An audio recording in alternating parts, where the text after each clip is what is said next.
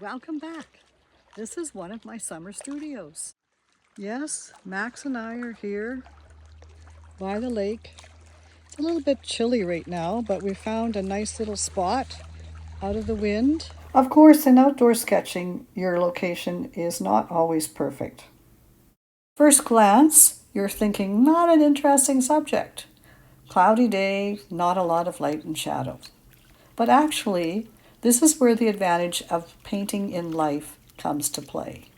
In your photographs, everything lacks that light and shadows.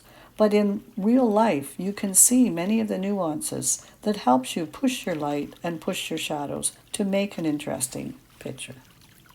This little spot caught my eye for several reasons. When I look for a subject, I look for different shapes and contrasting textures. The soft lines of the leaves of the different plants are an interesting contrast to those rigid lines of the rocks. The large trunk in the water suggests a horizontal layout, and the small shrub branches above the rocks give the setting that vertical push that I'm looking for. Rather than limiting my picture to one page, I extended it to the other page. It seems to me that it completes the composition. Don't you think so? I'm often asked how to simplify the drawing. One way is to look at the negative space. For example, the bush that's on the top of the rocks is rather thick, but it has those scrawny little trunks of branches that stick forward. I need those for the vertical thrust or push in my composition, but I don't need all of them. These scrawny, thin branches, they're a great contrast both in line and shape, but it only takes a few to do the job. Creating depth is another biggie in making an interesting landscape painting. The most obvious way is having layers of objects. With rocks as part of your subject, you are guaranteed to have some layers. But take a closer look at this painting. How many different layers are there? At first, it might seem like everything is on the same plane. A second look tells a different story.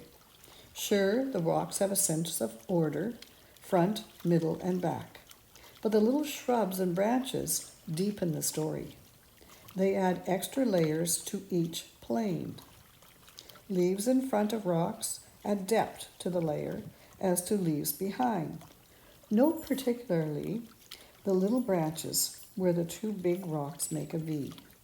They suggest they are behind everything, giving more dimension to the background.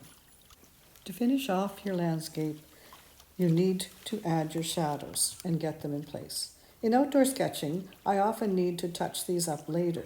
Paint does not always dry fast enough to do it all on the site. I usually do a final check after stepping away from my picture for a bit. My summer outdoor sketching classes are done for this year, but you can join me in online classes to enhance your drawing and painting skills.